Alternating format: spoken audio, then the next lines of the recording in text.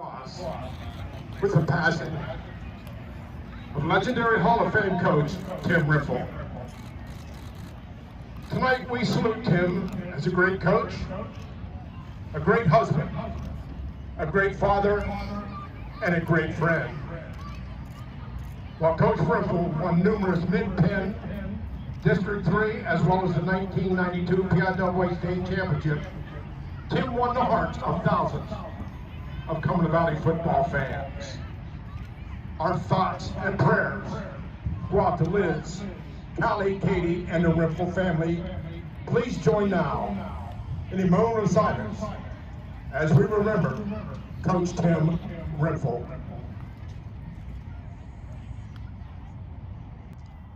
Tim, fly high and watch over us. May God bless the Rimpfel family, and may God bless Tim's soul. Thank you. I was always first I was a Tim Rimpfel fan because as a kid I came to these games every Friday. I just wanted to grow up and be a Cumberland Valley football player.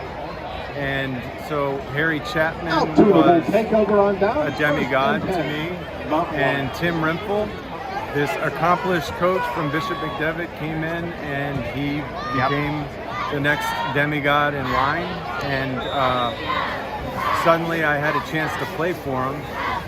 I always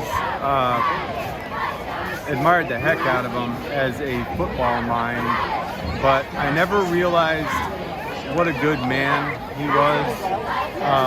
I never knew how hard he worked, and I don't think I appreciated that until I came back after all the years of playing myself, and I volunteered to be an assistant on his staff.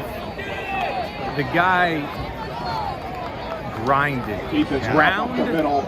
The guy was a grinder. It was non-stop for him. There's a reason why he was so successful. It's because he invested the time, he invested the energy, he invested the love, and that more than anything. He's the only coach I ever had that I could say, I love him. I love Tim Rimpfel. I love him. I miss him. I appreciate everything about him. He taught thousands upon thousands of young men what it meant to be diligent and hardworking, considerate, and tough.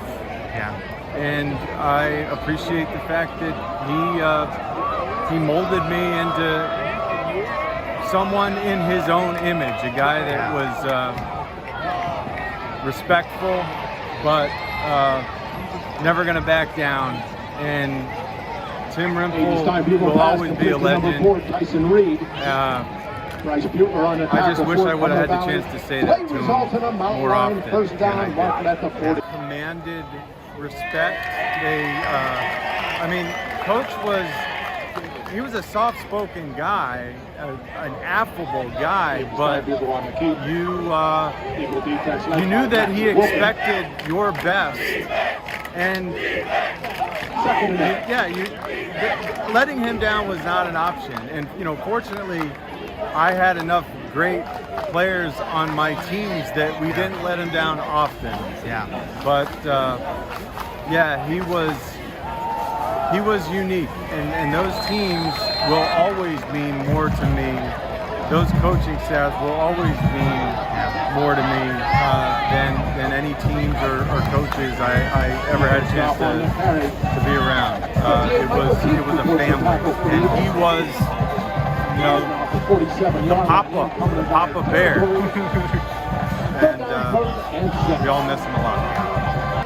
After every game, win or lose, we would get invited to go to Tim's house, and he would always have pizza, and he'd have some drinks there and whatever for the kids. Now when the kids were there, nobody drank. Everybody's drinking soda, and the kids are drinking soda. And then as they left, and then the adult beverage would come out, and we'd have a beer or two, but not in excess. But I mean, it was just like, again, like we were talking about, it's family.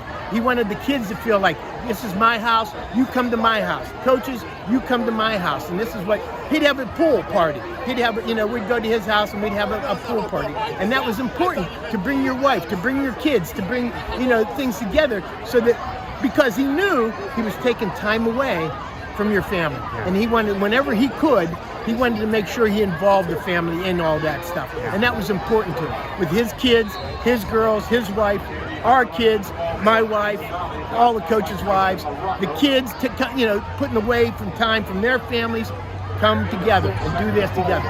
And so I think that was important to him. And I think that's what I really kind of remember most. Yeah. I think Tim was just a great guy. I think to a lot of kids, they had a lot of respect for him, but they also knew there was a little bit of fear there with him as well. And the same thing when I was a young coach. I probably got yelled at more by him than some of the other guys did when I was in my 20s. Yeah. Because the staff was a little bit older. Yeah. But he was just a great guy, great mentor.